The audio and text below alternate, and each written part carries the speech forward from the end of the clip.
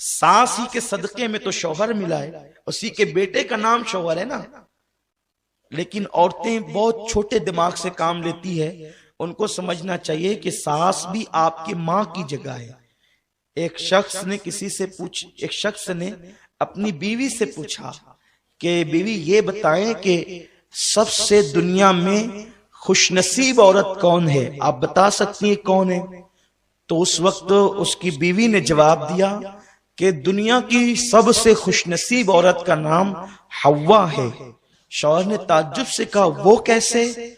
तो बीवी ने कहा इसलिए कि हव्वा की कोई सास नहीं थी, इसलिए वो सबसे खुशनसीब बीवी है कि जब उनके यहाँ सास ही नहीं थी तो कोई तकलीफ ही नहीं थी। हालांकि सास होकर भी औरतें तकलीफ से बच सकती है, सिर्फ एक काम उन्हें करना है कि वो सास को अपनी मां समझे और सास का हर मुतालबा पूरा करें। मोहब्बत होगी घर में।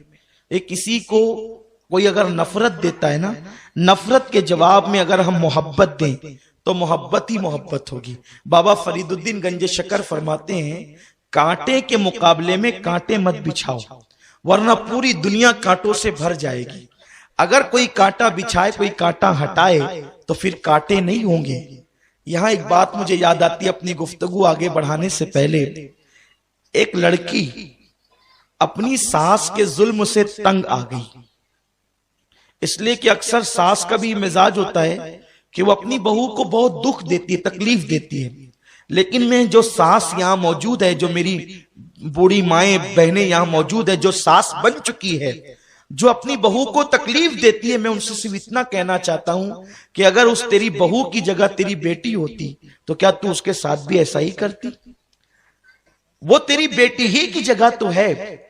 और सुनो, मेरे रसूल ने फरमाया कमा तदीन तुदान, कि तुम जैसा करोगे वैसा ही पाओगे। तो तुम अपने घर में अगर बहू पे जुल्म करोगे तो तुम्हारी बेटी पर भी जुल्म होगा।